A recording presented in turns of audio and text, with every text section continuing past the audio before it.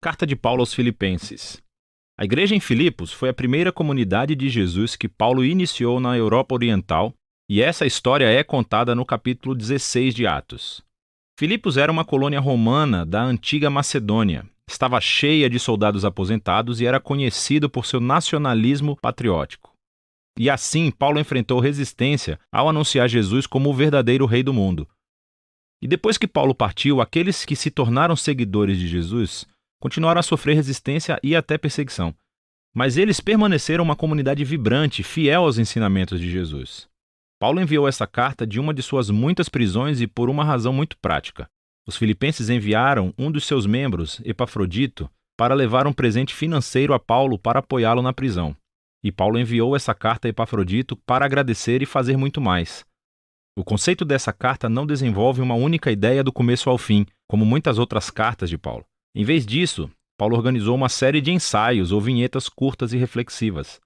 E todos eles giram em torno do centro de gravidade nessa carta, que é um poema no capítulo 2.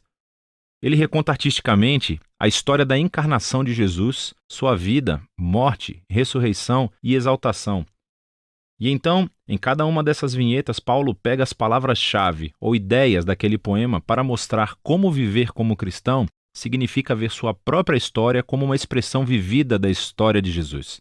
Então, Paulo abre a carta com uma oração de gratidão e agradece a Deus pela generosidade dos filipenses por sua fidelidade. E ele expressa sua confiança de que a obra transformadora da vida que Deus começou neles continuará em expressões maiores e mais belas de fidelidade e amor. E Paulo então se concentra em sua preocupação óbvia no momento, que é o seu status na prisão. Estar em uma prisão romana não era um piquenique, mas, paradoxalmente, acabou sendo bom para avançar as boas novas sobre Jesus. Então, todos os guardas romanos, os administradores, todos sabem que Paulo está na prisão por anunciar Jesus como o Senhor ressuscitado. E sua prisão inspirou confiança em outros cristãos para falar sobre Jesus mais abertamente. E Paulo está otimista de que será libertado da prisão, mas é possível que ele possa ser executado.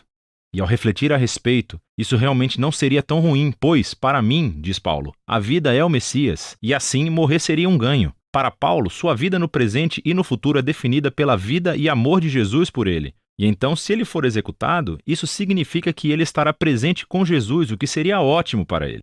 E se ele for libertado, isso significaria que ele poderia continuar trabalhando para iniciar mais comunidades de Jesus, o que seria melhor para as outras pessoas. E é isso que ele espera. E observe como sua linha de pensamento funciona aqui.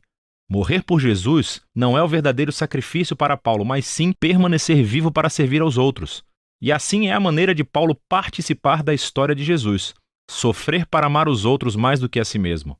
Paulo então se volta para os filipenses e pede que participem do exemplo de Jesus, adotando essa mesma mentalidade. Ele diz que a sua vida como cidadãos deve ser coerente com as boas novas sobre o Messias. Então esses cristãos em Filipos estavam vivendo em patriotismo romano, mas o modo de vida deles seria moldado por outro rei, Jesus. E isso pode trazer perseguição, mas eles não devem ter medo, porque sofrer por estarem associados a Jesus é uma maneira de viver a história do próprio Jesus. O que leva Paulo ao grande poema do capítulo 2. Ele é rico em ecos do texto do Antigo Testamento. Especificamente, a história de Adão e sua rebelião em Gênesis 1 a 3 e os poemas sobre o servo sofredor no livro de Isaías. Vale a pena memorizar este poema. É uma versão maravilhosamente condensada da história do Evangelho.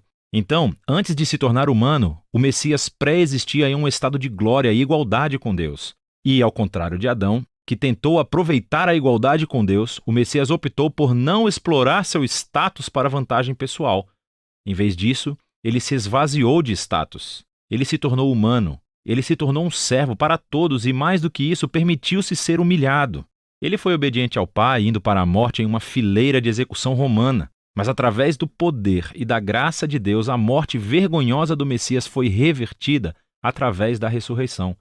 E agora Deus exaltou Jesus como o Rei de todos, concedendo-lhe o nome que está acima de todos os nomes, para que toda a criação reconheça que Jesus, o Messias, é o Senhor para a glória de Deus Pai. Agora, essa última afirmação é surpreendente. Paulo está citando o capítulo 45 de Isaías. É uma passagem em que toda a criação reconhece o Deus de Israel como Senhor. O argumento de Paulo aqui é muito claro. No Jesus crucificado e ressuscitado, descobrimos que o único Deus verdadeiro de Israel consiste em Deus Pai e no Senhor Jesus. E assim, para Paulo, esse poema expressa suas convicções sobre quem Jesus é. E faz mais, oferece o exemplo de Jesus como um modo de vida que seus seguidores devem seguir.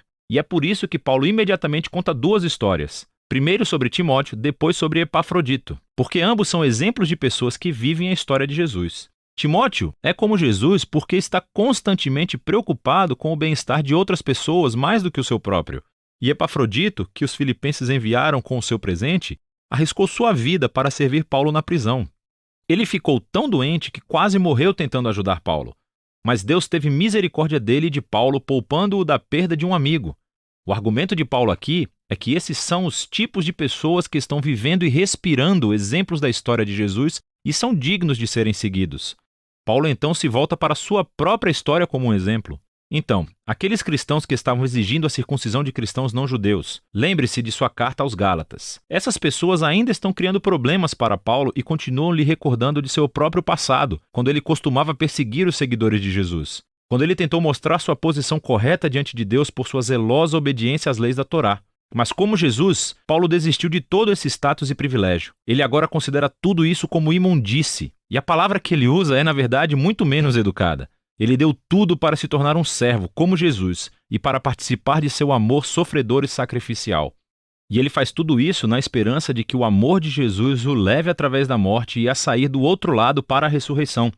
Então Paulo diz que para os seguidores de Jesus, a sua verdadeira cidadania está no céu, o que para Paulo não significa que todos devemos sair da terra e ir para o céu um dia. Pelo contrário, o céu é o lugar transcendente onde Jesus reina como rei. E ele diz que estamos aguardando ansiosamente nosso Salvador real para descer de lá e retornar aqui para trazer seu reino de justiça curativa e amor transformador para fazer uma nova criação. Paulo então desafia os filipenses a continuarem vivendo a história de Jesus. Ele primeiro se dirige a duas mulheres líderes proeminentes da igreja que trabalham ao lado de Paulo, e elas estão em algum tipo de conflito, e por isso Paulo pede a elas que sigam o exemplo de humildade de Jesus, reconciliem-se e se tornem unidas. Paulo então insta os filipenses a não cederem ao medo, apesar de sua perseguição, para depositar toda a sua emoção e suas necessidades em Deus, que lhes dará paz. E essa paz, diz Paulo, vem concentrando seus pensamentos no que é bom, verdadeiro e amável. Há sempre algo a reclamar, mas um seguidor de Jesus sabe que toda a vida é um dom e pode escolher ver beleza e graça em qualquer circunstância da vida, o que leva Paulo à sua conclusão. Ele novamente agradece aos filipenses por seu presente sacrificial, e ele quer que eles saibam que as suas prisões e tempos de pobreza não são dificuldades. Elas realmente se tornaram seus maiores professores, mostrando que, independentemente das circunstâncias, ele aprendeu o segredo da felicidade. É a simples dependência de quem o fortalece. Paulo passou a ver seu próprio sofrimento como participação na história de Jesus. A carta aos Filipenses nos dá uma janela única para o coração e a mente de Paulo. Ele viu toda a sua vida como uma reconstituição da história de Jesus. E é possível sentir sua estreita conexão com Jesus nessa carta. Sua consciência de que o amor e a presença de Jesus são mais próximos do que a sua própria pele. E foi isso que lhe deu esperança e humildade em suas horas mais sombrias.